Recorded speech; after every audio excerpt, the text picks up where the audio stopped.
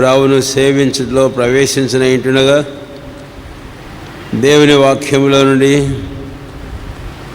1 పేతురు 5వ అధ్యాయము 10వ వచనం అందరము కలిసి చదువుకుందాం. 1 పేతురు 5వ అధ్యాయము 10వ వచనము అందరము కలిసి చదువుకుందాం. తన నిత్య మహిమకు క్రీస్తునందు మిమ్మును పిలిచిన సర్వకృపానిధియగు దేవుడు కొంచెము కాలం మీరు శ్రమపడిన పిమ్మట తానే మిమ్మను పూర్ణులుగా చేసి స్థిరపరిచి బలపరచును. 12వ వచనం కూడా అందరము కలిసి చదువుకుందాం. మిమ్మను హెచ్చరించుచు ఇదే దేవుని సత్యమైన కృప అని సాక్ష్యం చెప్పుచు సంక్షేపముగా వ్రాసి మీకు నమ్మకమైన సహోదరుడిని నేనించిన సిల్వాను చేత దీనిని పంపుచున్నాను. ఈ సత్య కృపలో నిలకడగా ఉండుడి. ప్రభు ఈ వాక్యాన్ని మనం దీవించి ఆరాధన కొరకై మనల్ని సిద్ధపరచునుగాక. ప్రార్థన చేసుకుందాం. ప్రియమైన మా తండ్రి, ప్రభు దినమందు మీ సన్నిధిని మేము చేరి ఇక్కడలో పలు గృహాలలో మా సహవిశ్వాసులు పలు ప్రాంతాలలో ప్రభును ఆరాధించిన కొరకై ఆన్లైన్లో కనెక్ట్ అయి సిద్ధంగా ఉన్న వారందరిని బట్టి మీకు స్తోత్రాలు చెల్లిస్తున్నాం. మీరు దీవించు. మా ప్రాణాత్మ దేవలను ప్రశస్తమైన మీ రక్త ప్రోక్షణకు తెచ్చుకొనుచున్నాం. ప్రభా, మమ్మల్ని కడిగి మమ్మల్ని మీరు శుద్ధీకరించి మమ్మల్ని మీరు పవిత్రపరిచి ప్రతిష్ఠించు. ఈ పరిచర్య కొరకై మమ్మల్ని మీరు అంగీకరించమని మీకు ప్రార్థన చేస్తున్నాం. మీ వాక్యాన్ని మాకు దీవించము. మీ కొరకైన ఆరాధన, స్తుతి, కృతజ్ఞత ఆత్మతో మమ్మల్ని మీరు నింపండి. మీకు ప్రీతికరమైన సేవ చేయుటకై మమ్మల్ని మీరు సిద్ధపరచు. మీకు వందనం చెల్లిస్తూ మీ వాక్యాన్ని మాకు ఆశీర్వదించమని యేసువారి శ్రేష్టమైన నామమును స్తుతించి ప్రార్థించి వేడుకొనుచున్నాము తండ్రి. ఆమేన్.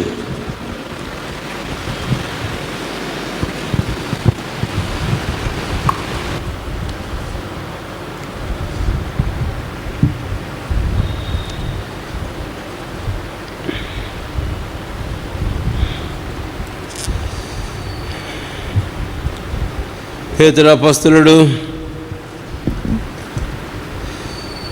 5వ అధ్యాయం 1 పేతురు 5వ అధ్యాయం 10వ వచనంలో దేవుడు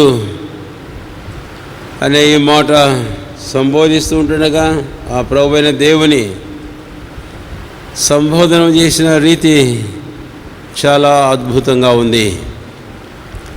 ఏమని ఆయన సంబోధించాడు? సర్వకృపానిధియగు దేవుడు అని. కాబట్టి దేవుడు కృపానిధి, నిధి లేక Ghani.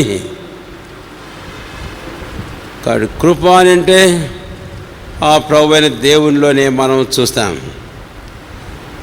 So God full of grace. దేవుడు కృపా సంపూర్ణుడు. యోహాను సువార్త 1వ అధ్యాయంలో ఆ వాక్యమైన దేవుడు శరీరధారిగా లోకంలో జన్మించినప్పుడు భక్తుడు యోహాను ఇలాగంటాడు 14వ వచనంలో, కృపా సత్య సంపూర్ణుడుగా ఆయన మన మధ్యలో వసించెను. కాబట్టి ఈ రోజున మనం ఆరాధించేరి వచ్చిన ఆ దేవుడు కృపా నిధి ఘని అయిన దేవుడు. ఆయన కృప సత్య సంపూర్ణుడు అని. In him is the full of grace. ఆయన యందు సమృద్ధి అయిన కృప ఉంది అని. సరే, మరొక మాట ఇక్కడ మనం చూస్తే 10వ వచనం మరలా, తన నిత్యమయము క్రీస్తునందు మిమ్మల్ని పిలిచిన సర్వ కృపానిధియగు దేవుడు అని. God of all grace. ఆయన సర్వకృపానిధి అంటే ఇంతకు మించిన కృప ఇక లేదు. ఆయనలో అన్ని విధాలైన కృప ఉంది. పౌలు అపొస్తలుడు కొరింథీయులకు రాస్తూ ఆయన 2వ కొరింథీ 9వ అధ్యాయం 8వ వచనంలో ఆ కృపను గూర్చి ఇలాగ మాట్లాడతాడు. The manifold grace of God, దేవుని నానా విధమైన కృప అని వాడడం మనం చూస్తాం. కాబట్టి God is the God who is full of grace and God is the God of manifold grace. నానా విధములైన కృపానిధియగు దేవుడు ఆ దేవుడు. అందుకే సర్వ కృపానిధియగు దేవుడు అని పేతురు ప్రభువైన దేవుని సంబోధించడం మనము చూస్తాం. ఆ కృపను వచ్చే 12వ వచనంలో మరొక మాట మాట్లాడుతూ ఏమన్నాడు?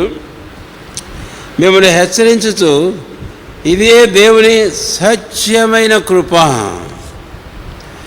కాబట్టి కృప సత్యమైన కృప. This grace is the grace of truth, which means it is real, true grace. It is not just feign. ఇది ఒక వృధా వ్యర్థమైన లేకపోతే కనుక మోసపూరితమైనటువంటిది కాదు, ఇది సత్యమైంది. It is true. మనకు తెలుసు ప్రభువైన దేవుడు 1వ యోహాను 5వ అధ్యాయంలో భక్తుడు యోహాను ఆ దేవుని గురించి మాట్లాడేటప్పుడు మనము సత్యవంతుడైన దేవుని ఎందున్నామని. కాబట్టి దేవుడు సత్యవంతుడు. యోహాను సువార్త 14వ అధ్యాయం 6వ వచనంలో ప్రభువైన యేసుక్రీస్తు వారు ఆ మాటను గురించి తనకు అన్వయించుకుంటూ నేనే మార్గమును, నేనే సత్యమును, నేనే జీవమునైనా అని సెలవిచ్చాడు. కాబట్టి దేవుడు సత్యవంతుడు. ప్రభువైన క్రీస్తు లోకంలో ప్రత్యక్షమైన నరావతారి, దైవ పరిపూర్ణుడు, మానవుడు. ఆయన సత్యమునై ఉన్నాడు. ఆయన కృప కూడా సత్యమైనటువంటిది. అది అబద్ధమైంది మాత్రమును కాదు. కనుకనే ఈ 3 తలంపులు మన ముందు మనం ఉంచుకొని మన వర్తమానంలో ముందుకు వెళ్దాం. కాబట్టి దేవుడు కృపా సంపూర్ణుడు, దేవుడు సర్వకృపానిధియగు దేవుడు, దేవుడు సత్య కృప కలిగిన సత్యవంతుడైన దేవుడు. ఈ తలంపులతో మనం ముందుకు వెళుతూ ఏమిటి ఆయన కృప? నానా విధమైన కృప అన్నాడే. ఆయన కృప ఏమిటి? ముందుగా తీతు పత్రిక 2వ అధ్యాయము 11వ వచనం. ఇక్కడ మనం గమనిస్తే పౌలు అపొస్తలుడు తీతుకు రాస్తూ ఈ మాట అంటాడు. 2వ అధ్యాయం 11వ వచనం, ఏలైనగా సమస్త మనుష్యులకు రక్షణకరమైన దేవుని కృప ప్రత్యక్షమై.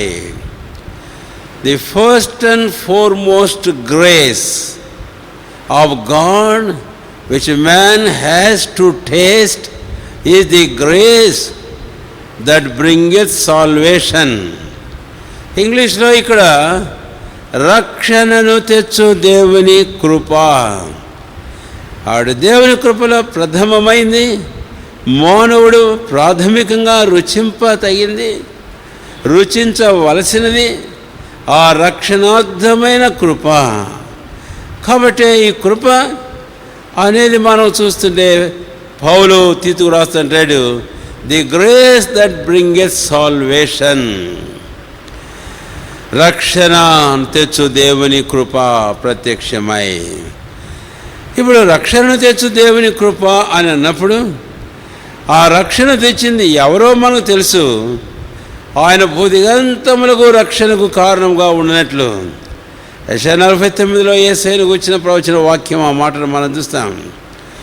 అంతేకాదు 4వ అధ్యాయం యోహాను సువార్తలో ఆ సమరయ వారందరూ వచ్చి మాట అంటారు, నిజముగా ఈయన లోకరక్షకుడు, the saviour of the world, there is none other.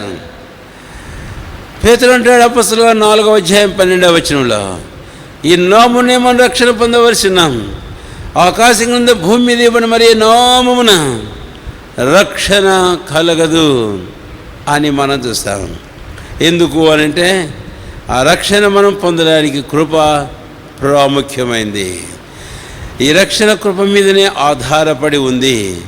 కాబట్టి ఈ రక్షణ కావాలంటే కృప, ఈ కృప కావాలంటే ఆ కృపా సత్య సంపూర్ణుడైన ప్రభువైన యేసు క్రీస్తు వారు.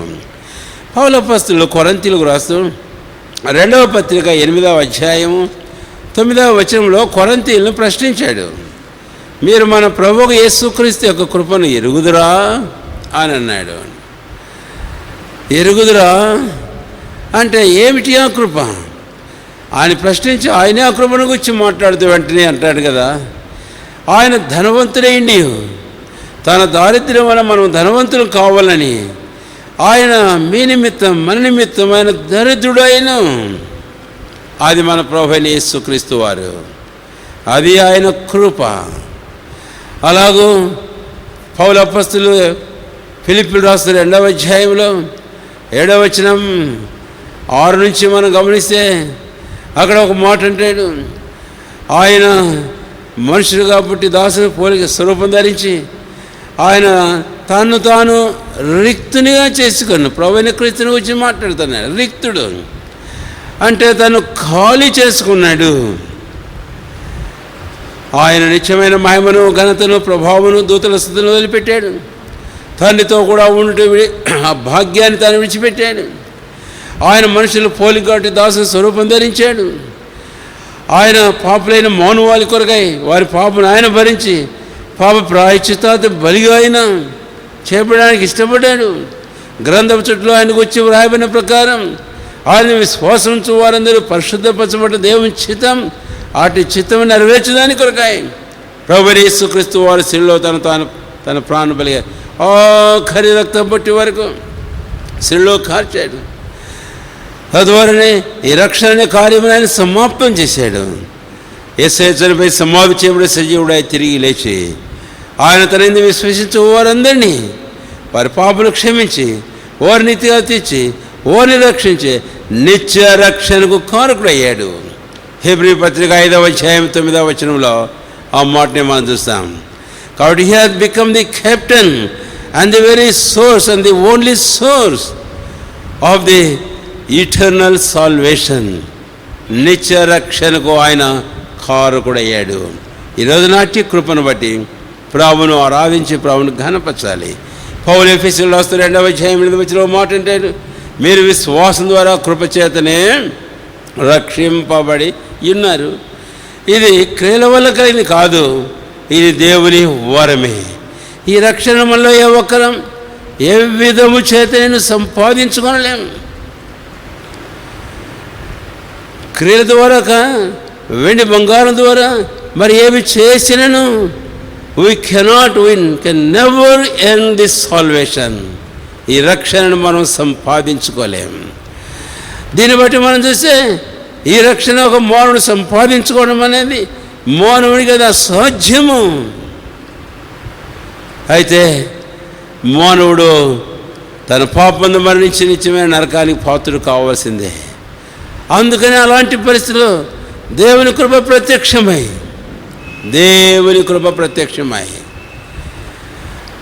ఆ కృప మానవాళికి క్రీస్తునందు విశ్వసించే వారందరికీ రక్షణను తీసుకొని వచ్చింది. కాబట్టి ఈ ఉదయకాలం ఎంతమంది విశ్వసించి రక్షణ పొందామో అటు మనమందరం ప్రభువైన దేవుని ఆ రక్షణ నిమిత్తమై ఆరాధించి ఆయన్ను ఘనపరుద్దాం. కాబట్టి మొదటి కృప, it is the grace unto salvation or grace that bringeth or that hath brought the salvation to me personally in my life. నా వ్యక్తిగత జీవితంలో నాకు రక్షణ తెచ్చిన దేవుని కృప. అందుకే అట్టి కృపను బట్టి నేను ఆయన ఆరాధించి ఆయన ఘనపరుస్తాను. 2వ మాటకు మనం వచ్చినట్లయితే రండి దయచేసి తీతుకు రాసిన పత్రికలోనే 2వ అధ్యాయము 13-14 వచనాలు. తీతు పత్రిక 2వ అధ్యాయము 13-14 వచనాలు. అనగా మహాదేవుడును మన రక్షకుడైన యేసుక్రీస్తు మహిమ యొక్క ప్రత్యక్ష కొరకు ఎదురు చూచుచు ఈ లోకములో స్వస్థ బుద్ధితోనూ నీతితోనూ భక్తితోనూ బ్రతుకుచుండవలని మనకు బోధించుచున్నది. తర్వాత ఆయన సమస్తమైన దుర్నీతి నుండి మనల్ని విమోచించి సత్క్రియలందు ఆసక్తి గల ప్రజలను తన కోసం పవిత్రపరచుకొని, ఆ మాట గమనించండి, పవిత్రపరచుకొని తన సొత్తుగా చేసుకుంటూ తను తానే మన కొరకు అర్పించుకొనెను. ఇక్కడ తన్ను తానే మన కొరకు అర్పించుకొనెను అనే ఈ మాటలో కృప అనేది మనం చూస్తాం. ఆయన తను తాను అర్పించుకోవడానికి మన యందు ఏ కారణం లేదు, ఏ హేతువు లేదు, ఏ ఆధారం లేదు, ఏ అర్హత యోగ్యత లేదు. అయినా ఆయన తను తాను అర్పించుకున్నాడు అని అంటే అది మన ప్రభువైన దేవుని యొక్క ఉచితమైన కృప.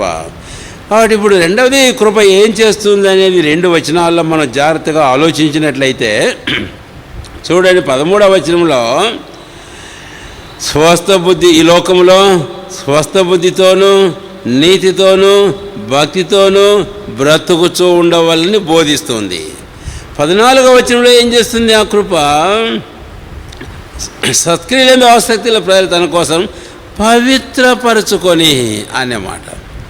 వాటి బోధించడం 13లో, రెండవది 14లో పవిత్రపరచడం. కాబట్టి ఇక్కడ నేను మీకు జ్ఞాపం చేయాలని కోరుతున్న 2వ తలంపు సూటి ఏంటంటే, ఆ దేవుని కృప రక్షించబడిన మనలను పవిత్రపరిచే, పరిశుద్ధపరిచే కృప. ఇట్ ఈజ్ ఎ గ్రేస్ అంటూ సాంక్టిఫికేషన్. రక్షించబడి నీతిగా తీర్చబడడం ఒకటైతే, రక్షించబడి మనం పరిశుద్ధపరచబడడం మరొక అనుభవం.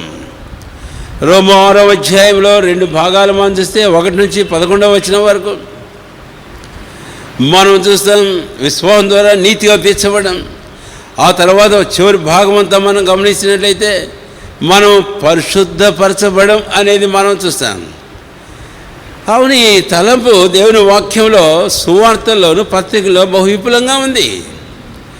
ఆయన మనల్ని పవిత్రపరిచి తన ఎదుట మహిమల సంఘముగా మనల్ని నిలబెట్టుకోవాలట. కాబట్టి మనల్ని పరిశుద్ధపరిచే దేవుని కృప. ఇక్కడ కూడా ఏ ఒక్కరం కేవలం మన నీతి క్రియల ద్వారా, మన సొంత క్రియల ద్వారా, మన ప్రయత్నముల ద్వారా మనల్ని మనం ఏ మాత్రమును పరిశుద్ధపరచుకొని పరిశుద్ధతను మనం మాత్రమే సంపూర్తి చేసుకోజాలం, కృపకు వేరుగా. అందుకనే పౌలు అపోస్తలుడు తెస్సలోనికీయులకు రాస్తూ మొదటి పత్రిక 5వ అధ్యాయంలో చక్కని మాటిలాగంటాడు. రండి దయచేసి తెస్సలోనికీయులకు రాసిన మొదటి పత్రిక 5వ అధ్యాయము 23, 24 వచనాలు జాగ్రత్తగా గమనించండి. సమాధానకర్తకు దేవుడే మిమ్మల్ని సంపూర్ణముగా పరిశుద్ధపరచునుగాక. మీ ఆత్మయు జీవమును శరీరమును మన ప్రభువైన యేసుక్రీస్తు రాకడ యందు నిందారహితముగాను సంపూర్ణముగాను ఉన్నట్లు కాపాడబడునుగాక. మిమ్మను పిలుచువాడు నమ్మకమైన వాడు గనుక అలాగున చేయును. తేటగానే ఉంది 2 వచనాలలో. మిమ్మల్ని సంపూర్ణంగా పరిశుద్ధపరచునుగాక. ప్రభువైన క్రీస్తు రాకడ యందు మీరు నిందారహితులుగా పడినట్లు అబ్రాహాముతో దేవుడు సెలవు ఇచ్చినట్లు ఆదికాండం 17వ అధ్యాయం 1వ వచనం. క్రీస్తు రాకడలో అంటే ఎప్పుడో మనం చనిపోయేటప్పుడు ప్రభు రాకడ సమయంలో అని కాదు. ఆదిన క్రైస్తవ జీవితంలో నిందారహితులంగా దేవుని ఎదుట మనం నడుచుకున్నట్లు ఆ కృప మనకు ఎలాగా దోహదపడుతుందో అనేది ఇక్కడ మనం చూస్తున్నాం. కాబట్టి కృప బోధిస్తూ ఉంది, భక్తితో బ్రతుకు చూడండి అని, నీతితో బ్రతుకు చూడండి అని. అయితే బోధ మాత్రమే కాదు, సహాయము చేస్తుంది. ఆ కృప మనల్ని పరిశుద్ధపరిచే కృప. అందుకే అనుదిన క్రైస్తవ జీవితంలో, ఈ మాలిన్యంతో నిండిన ఈ లోకంలో, క్రైస్తవులుగా వ్యక్తిగత జీవితంలో ప్రభువైన దేవుని ఎదుట నిందారహితులుగా నడుచుకునేందుకొరకైనా ఆ సమృద్ధి అయిన దైవ కృప. అందుకై ఉదయ కాలమందు ప్రభును ఆరాధించి ప్రభుని మన జీవితంలో ఘనపరచుదుముగాక. మూడవదిగా మనం గమనిస్తే కొరింథీయులకు రాసిన 2వ పత్రిక 9వ అధ్యాయం 8వ వచనంలో ఇందాక ప్రారంభంలో ఆ 3 మాటలు, మొదటి 3 మాటలు మనం చెప్పుకునేటప్పుడు ఆ వచనంలో ఒక మాట జ్ఞాపం చేశాను. కేవలం ఒక మాట నానా విధమైన దేవుని కృప అని. అయితే రండి, ఆ కృప ఏం చేస్తుంది? 2వ కొరింథీ 9వ అధ్యాయం 8వ వచనం, 8వ వచనం. మరియు అన్నిటి యందు ఎల్లప్పుడూ మీలో మీరు సర్వ సమృద్ధి గలవారై ఉత్తమమైన ప్రతి కార్యము చేయుటకు దేవుడు మీడల సమస్త విధములైన కృపను విస్తరింప చేయగలడు.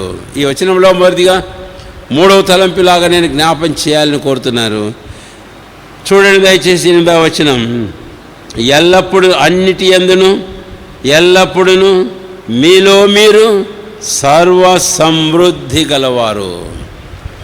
అన్నిటి యందును ఎల్లప్పుడూ మీలో మీరు సర్వ సమృద్ధి అని. అన్నిటి యందు అంటే జీవమునకు కావలసిన వాటన్నిటి యందు. రెండవది భక్తికి కావలసిన వాటన్నిటి యందు. ఈ రెండు చాలా ప్రాముఖ్యమైన మన జీవితాల్లో. ఈ లోకంలో శరీరం మందు మనం జీవించడానికి ఈ జీవమునకు కావలసినవి అనేకములు. అంతేకాదు కేవలం రక్షణ పొందిన దేవుని ప్రజలు రొట్టె మాత్రం చేతనే జీవించరు. వారు దేవుని నోటి నుండి వచ్చు మాట. అంటే మరొక మాట చెబితే పేతురు చెప్పినట్టు 2వ పేతురు 1వ అధ్యాయం 2-3 వచనాలలో జీవమునకును భక్తికి కావలసినవన్నీ మనకు దయచేయచ్చు ఉన్నందున. అందుకని ఆ 2 మాటలు వాడు, జీవము భక్తి. కాబట్టి జీవానికి కావలసిన వాటితోనే రక్షించబడిన దేవుని బిడ్డ ఏమాత్రము తృప్తి పొందడు. అది లోకం. అందుకే లోకానికి వచ్చేసి ఏం మాట్లాడు, ఏమి తిందుమా, ఏమి త్రాగుదామా, ఏమి ధరించుకుందామా అని మీరు చింతించు. అవన్నీ లోకస్తులు లోకం వాటికి వచ్చి చింతపడుతుంది. మీరు అలాగా చింతించరు. నా నీతి నా రాజ్యం వెతుకుని. కాబట్టి ఈ లోకంలో జీవమునకును భక్తికి కావలసిన వాటన్నిటి యందు మీలో మీరు సర్వ సమృద్ధి కలవారైనట్లు దేవుడు తన నానా విధమైన కృపను మీలో విస్తరింపచేయను. అందుకని ఈ రోజున మనము ప్రభువును స్తుతించవలసిన మరొక ప్రాముఖ్యమైన తలంపు ఏంటి అంటే, మన ప్రభువైన యేసుక్రీస్తు వారిలో మన జీవమునకు కావలసినవన్నీ ఉన్నాయి. మన ప్రభువైన యేసుక్రీస్తు వారిలో మన భక్తికి కావలసినవన్నీ మనం పొందుతూ ఉన్నాం. అందుకనే క్రీస్తు దేవుని వాడు, మీరు క్రీస్తు వారు, అన్నీ మీవి.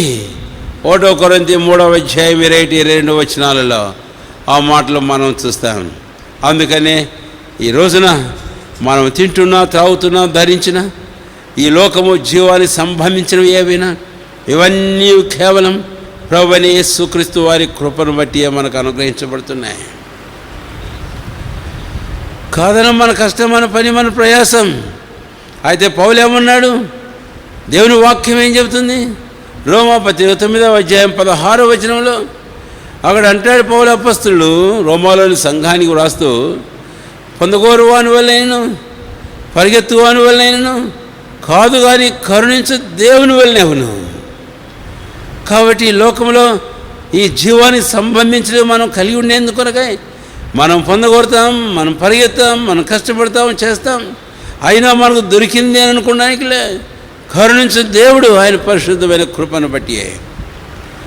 అంతేకాదు రెండవదిగా భక్తికి కావలసినవన్నీ ఇచ్చాడు. మనలో నివసింప అనుగ్రహించిన పరిశుద్ధాత్ముడు ఆ దేవుడు జీవము వాక్యాన్ని మనకిచ్చాడు, జీవాహారాన్ని మనకిచ్చాడు. అంతేకాదు తోటి విశ్వాసులు మనకు అనుగ్రహించాడు. సంఘముని శరీరంలో మనల్ని అమర్చాడు.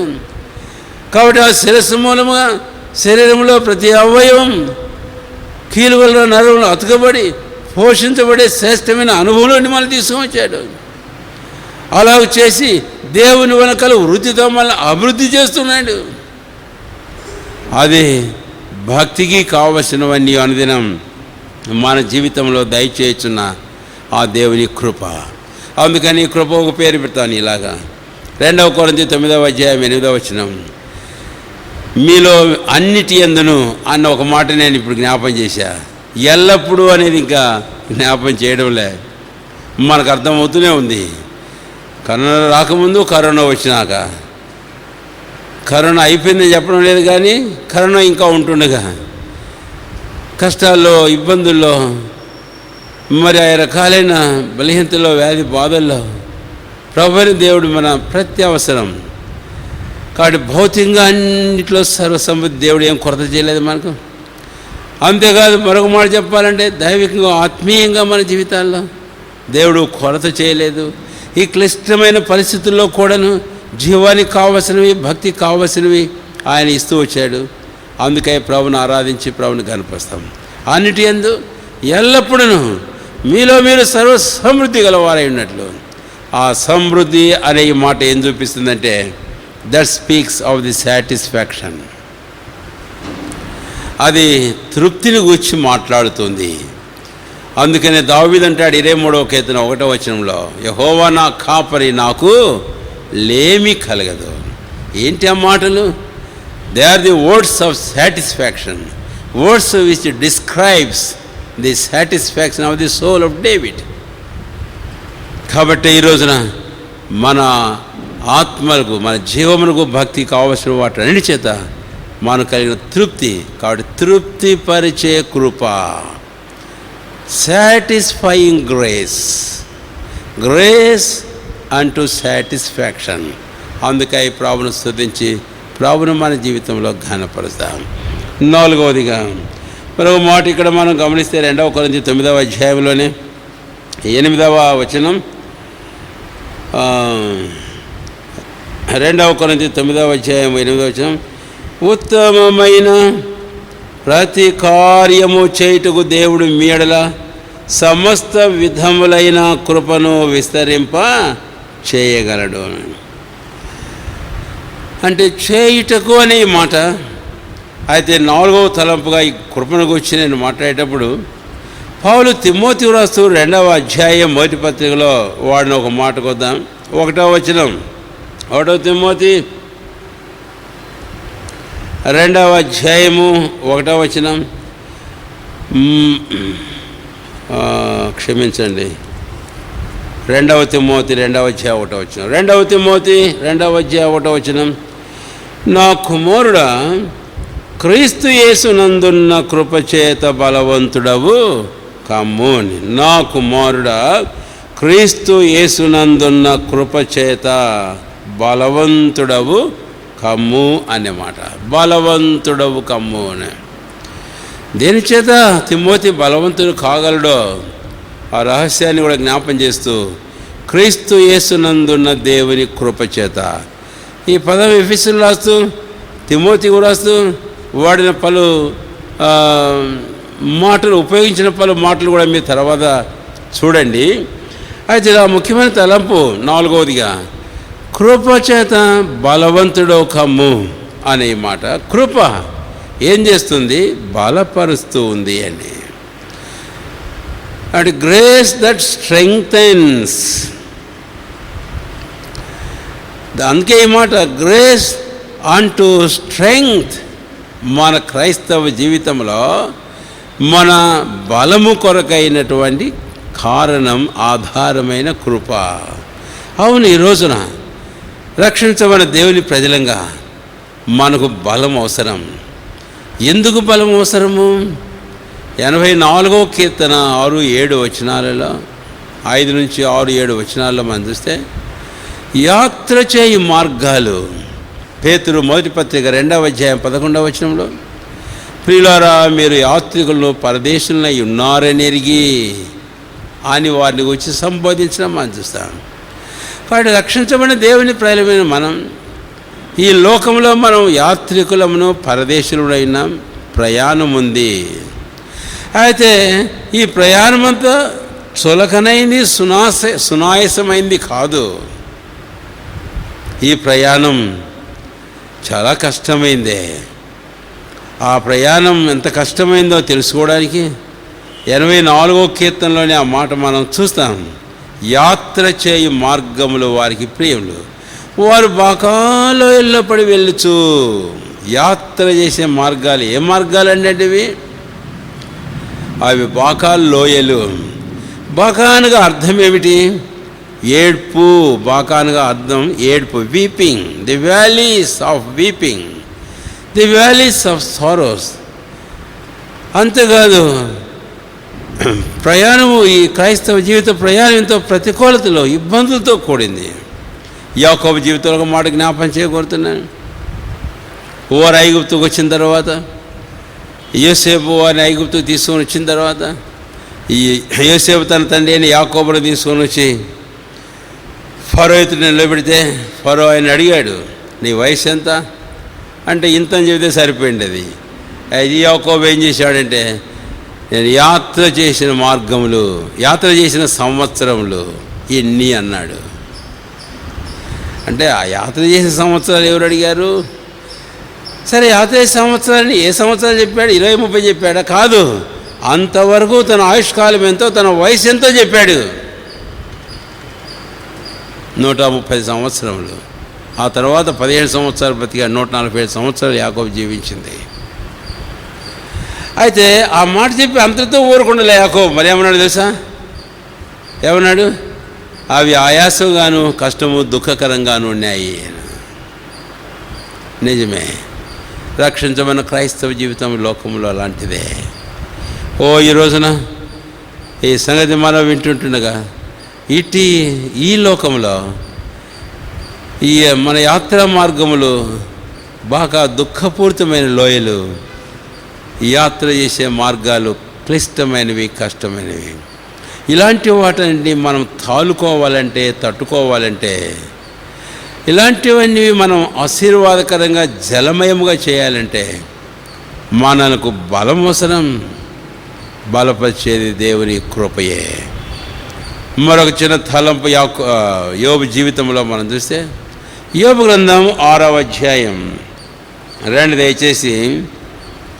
యోబు గ్రంథం 6వ అధ్యాయం. తాను కూడా 23వ అధ్యాయంలో తన జీవితాన్ని గురించి మాట్లాడుతూ ఆయన ఒక మాట అంటాడు, నేను నడుచు మార్గం ఆయనకు తెలియను అని. 23 తర్వాత మీరు చూడండి, నేను నడుచు మార్గం ఆయన తెలియను అంటే ఏం మాట్లాడుతున్నాడు యోబు? He speaks of his journey of life. తన జీవిత ప్రయాణాన్ని గురించి తాను మాట్లాడుతున్నాడు. నేను యాత్ర చేసే మార్గం, నేను నడిచే మార్గం ఆయనకు తెలుసు. ఈ మాట ఆయన చెబుతూ ఉన్నప్పుడు ఆ యాత్ర చేసే మార్గం ఎలాంటిదో అందులో మరొక మాట వాడాడు, నేను శోధించబడిన తర్వాత సువర్ణ వలె కనపడతాను. ఆఫ్టర్ ఐ బీయింగ్ ట్రైడ్ నేను సువర్ణ వలె కనపడతా. సరే, ఈ మాట చెప్పేటప్పుడు యోబు యొక్క తన జీవితం ఏంటో మనకు అర్థమవుతుంది. ఇప్పుడు మనం 6వ అధ్యాయానికి వెళ్దాం. 6వ అధ్యాయము రెండు దయచేసి. యోబు గ్రంథం 6వ అధ్యాయము 11వ వచనం నుంచి జాగ్రత్త గమనించండి. నేను చదివే భాగం. నా బలం ఏపాటిది, నా బలం ఏపాటిది. ఆ తర్వాత 12వ వచనం, నా బలము రాళ్ళ వంటిదా, నా శరీరం ఇత్తడిదా.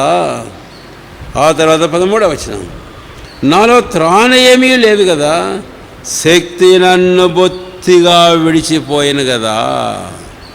నా బలము ఏపాటిది, నా బలము రాళ్ళ వంటిదా, నా శరీరం ఇత్తడా, నాలో త్రాణ ఏమీ లేదు, శక్తి నన్ను బొత్తిగా విడిచిపోయాను. ఇది యోబు జీవితంలో మనం చూస్తాం. అయితే యోబు అంతాన్ని మనం గమనిస్తే, ఈ లోకంలో తన జీవితం తర్వాత మనం గమనిస్తే యోబును దేవుడు రెండంతలు ఆశీర్వదించాడు. 42వ అధ్యాయం తర్వాత చూడండి. అల్టిమేట్గా తన జీవితంలో దేవుని గొప్ప ఆశీర్వాదాన్ని మనం చూస్తాం. మరి ఇలాంటి పరిస్థితులన్నీ తాను తట్టుకోగలిగాడనేది అర్థమవుతుంది, తాలుకున్నాడనేది అర్థమవుతుంది, ఈ పరిస్థితిలో తాను నిలబడినాడని అర్థమవుతుంది. మరి ఆ మాట అన్నాడే, నా బలం ఏ పాటిది, ఎంత మాత్రం, నాకు రాళ్ళ బట్టి బలం ఉందా, నా బలం ఇత్తడి బట్టిదా, ఇవన్నీ నేను ఎలా తట్టుకోగలనంటే, వాస్తవానికి తన జీవితంలో తను సంభవించిన ఇలాంటి పరిస్థితులన్నీ తాలుకునే కృప. By nature he has no strength of such kind. స్వభావ సిద్ధముగా తనకు అలాంటి బలం లేదు, తాలుకొని తట్టుకునే శక్తి తనకు లేదు. అదే ఎక్స్ప్రెస్ చేశాడు 11, 12 వచనాల్లో. 13వ వచనంలో మనకు అర్థమవుతుంది. అయితే 23వ అధ్యాయంలో ఒక చక్కని మాట చెప్పాడు. 6వ వచనం, యోబు గ్రంథం 23వ అధ్యాయము 6వ వచనం. ఇందాక మనం 23వ అధ్యాయం 10వ వచనం మనం చూసాం, చెప్పుకున్నాం ఊరకలాగా. 6వ వచనం దయచేసి గమనించండి. ఆయన తన అధిక బలము చేత నాతో వ్యాజ్యమాడునా, ఆయన అలాగు చేయక నా మనవి ఆలకించును. తెలుగులో మనకంతా అర్థమయ్యేటంత తేటగా లేదుగా, అందుకని ఇంగ్లీష్లో వాడిని మాట ఇలా జ్ఞాపం చేస్తున్నాను. But he would put strength in me. ప్రభు అయిన దేవుడు తన అధిక బలంతో నాతో వ్యాజ్యమాడు. ఇవన్నీ నా జీవితంలో అనుమతించినప్పుడు ఆయన తన బలమును నాలో ఉంచుతున్నాడు. ఆయన తన బలం చేత నన్ను నింపుతున్నాడు. అందుకు నేను తాలుకోగలిగాను, తట్టుకోగలిగాను. కాబట్టి రక్షించమని మన క్రైస్తవ జీవితంలో శారీరకంగా, అంతేకాదు ఆత్మీయ జీవితంలో కూడా అనేకమైన హద్దుబాట్లు, కొరతలు, బలహీనతలు, వీటన్నిటిలో కూడా, అంతేకాదు అనుమతించబడిన ఆయన రకాల పరీక్ష, పరిశోధనలు, శ్రమలు, శోధనలు, చాలాసార్లు ఇవన్నీ మనకు ప్రతికూలంగా. యాకోబు అంటాడు మరో సందర్భంలో, ఏమని, యోసేపు లేడు, తర్వాత షిమ్యోను లేడు, బెన్యామీను కూడా తీసుకొని పోతారు, ఇవన్నీ నాకు ప్రతికూలమైనని. ఇలాంటి పరిస్థితుల్లో మనం వెళ్ళవలసినప్పుడు వీటన్ని తాలుకొని తట్టుకొని కృప ప్రభు అయిన దేవుడు బలమును ఆయన కృప ద్వారా మనకు అనుగ్రహిస్తున్నాడు. అందుకని 4వది కృపను గురించి నేను మాట్లాడేటప్పుడు గ్రేస్ అంటూ స్ట్రెంగ్త్ అనేది మనం చూస్తాం. ఆ కృప మన జీవితాల్లో మనల్ని బలపరుస్తుంది. కాబట్టి నేటి వరకు ప్రభులో నిల్చున్నాం, దైవికంగా, ఆత్మీయంగా. నేటి వరకు ఈ లోకంలో శరీరం మందు ఈ స్థితిలో మనం ఉన్నాం.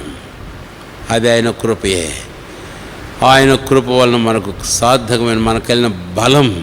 అందుకై ప్రభుని ఆరాధించి ప్రభుని మనం కనపరుస్తాం. చివరిగా, ముగింపుగా, మనకు ఇందాకనే ఒక మాట జ్ఞాపం చేశాను. ఎఫెసీ 2 కొరింథీ 9వ అధ్యాయం 8వ వచనంలో సమస్త కార్యములను చేయుటకు అని. ఏం కార్యం చేయడానికి? ఆ కార్యాన్ని గురించి మరో మాట మనం తలస్తే, పౌలు అపోస్తలుడు కొరింథీయులకు రాస్తూ మొదటి పత్రిక 15వ అధ్యాయం ఇలాగంటాడు. 1వ కొరింథీ 15వ అధ్యాయము, దయచేసి రండి. కొరింథీ పత్రిక మొదటి పత్రిక 15వ అధ్యాయము 10వ వచనం. ఆయనను నేను ఏమైన్నానో అది దేవుని కృప వల్ల అయ్యున్నాను, మరి నాకు అనుగ్రహింపబడిన ఆయన కృప నిష్ఫలము కాలేదు. కానీ వారందరికంటే నేను ఎక్కువగా ప్రయాసపడినది నేను కాను, నాకు తోడైన దేవుని కృపయే. ప్రయాసపడినది నేను కాను, నాకు తోడైయున్న దేవుని కృపయే. ప్రయాసపడినది, లేకపోతే నేను వారందరికంటే ఎక్కువనే సేవ చేశాను, ప్రయాసపడ్డాను. అయితే నేను కాదు, నాకు తోడైన దేవుని యొక్క కృపయే. అయితే ఈ సేవ, ఈ పని, ప్రయాసం అనే విషయాలకు మనం వస్తే ఎన్నో సంగతులు మనం చూస్తాం. ఈ ఉదయకాలం ఆరాధనలో మనం ప్రవేశించబోతున్నాం. కాబట్టి ఈరోజు మనం చేసే సేవ, చేయబోయే సేవ, అనుదిన క్రైస్తవ జీవితంలో మనం చేయవలసిన దేవునికి ప్రీతికరమైన సేవ ఏమిటి అని అంటే, కీర్తనాకారుడు 69వ కీర్తన 30-31 వచనాల్లో ఇలాగంటాడు. కీర్తనలతోనూ కృతజ్ఞతాస్తులతో నేను ఆయన నామను ఘనపరచెదను. ఏలైనగా ఎద్దు కంటేను కొమ్ములను, డెక్కల కోడి కంటేను అది యెహోవాకు ప్రీతికరమైంది అని. తర్వాత పౌలు అపోస్తలుడు హెబ్రీయులకు రాస్తూ 12వ అధ్యాయంలో ఆయన 28-29 వచనంలో ఈ మాట అంటాడు. మనము ఈ కృప కలిగి వినయ భయభక్తులతో దేవునికి ప్రీతికరమైన సేవ చేయుదము. ఏలైనగా దేవుడు దహించు అగ్ని అయి ఉన్నాడు. కాబట్టి అట్టి దహించు అగ్ని అయిన ఆ దేవుని మనం సేవించుటయా, ఆ దేవునికి ప్రీతికరమైన సేవ జరిగించుటయా, ఇది ఎలాగ సాధ్యమైంది? ఆయన కృపే. అందుకని హెబ్రీ పత్రిక 9వ అధ్యాయం 14వ వచనం, హెబ్రీ పత్రిక 9వ అధ్యాయం 14వ వచనం, పౌలు అపోస్తలుడు యేసు ప్రభువుని యొక్క అర్పణను గురించి మాట్లాడుతూ ఇలాగంటాడు. రండి, హెబ్రీ పత్రిక 9వ అధ్యాయం 14వ వచనం. నిత్యులకు ఆత్మ ద్వారా తాను దేవుడిని దోషిగా అర్పించుకున్న క్రీస్తు యొక్క రక్తం. అంటే ఇక్కడ కూడా కృప కనపడుతుంది మనకు. మీరు మన ప్రభువైన యేసుక్రీస్తు వారి యొక్క కృపను ఎరుగుదురు కదా. 14వ వచనంలో అదే కృప. అయితే ఏం చేసింది ఆ కృప? నిర్జీవ క్రియలను విడిచి జీవముల దేవుని సేవించటకు మీ మనస్సాక్షిని ఎంతో ఎక్కువగా శుద్ధి చేయండి. సేవించేందుకొరకైన కృప. ఆ కృప మీ మనస్సాక్షిని ఎంతో ఎక్కువ శుద్ధి చేసింది. కాబట్టి ఆ జీవముల దేవుడు, ఆ పరిశుద్ధులైన దేవుని ఈరోజు మీరు సేవించగలుగుతున్నారు. కాబట్టి ఉదయకాలం ఎరిగిన వారమ్మాయి ప్రభువును స్తుతించినా, ఆరాధించినా, సాక్ష్యం ఇచ్చినా, మరి ఏ సేవ చేసినా ఆయన కృపను బట్టి. కాబట్టి ఈ ఉదయకాలం ముందు ఆటి దేవుని కృప హెబ్రీ 9:14 మనం చూస్తుంటుండగా ఆ కృప చేతనే ఆ జీవుల దేవుని సేవించేందుకొరకై మనం ఎలాగా సిద్ధపరచబడ్డామో, ఎలాగా మనకు వీలు కలిగిందో అనేది జ్ఞాపం చేయబడుతున్నాం. కాబట్టి ఆయన్ని ఉదయకాలం ముందు సేవిద్దాం. ఈ ఉదయకాలమే కాదు, అనుదిన క్రైస్తవ జీవితంలో ప్రతి క్షణం ప్రభుకు అంగీకారమైన, ఆయనకు యుక్తమైన, అనుకూలమైన సేవ మనం చేద్దాం. ఈ ఉదయకాలం ముందు నేను జ్ఞాపం చేసి 1-2 వచనాల్లో గమనిస్తే 69వ కీర్తన 30-31, హెబ్రీ 12వ అధ్యాయం 28-29 వచనాల ప్రకారం ప్రభువైన దేవుని ఆరాధించి, ఆయన్ను స్తుతించి, ఆయనకు కృతజ్ఞత అర్పణలు, ఆయనకు అంగీకారమైనవి, ప్రీతికరమైనవి, అటు సేవ ఆయనకు అర్పించి మనము చేయుదుముగాక. ఈ తలంపులు మన హృదయంలో ఉంచుకొని ఈ ఉదయకాలం ముందు ప్రభువును ఆరాధించట్లో మనం ప్రవేశిస్తాం.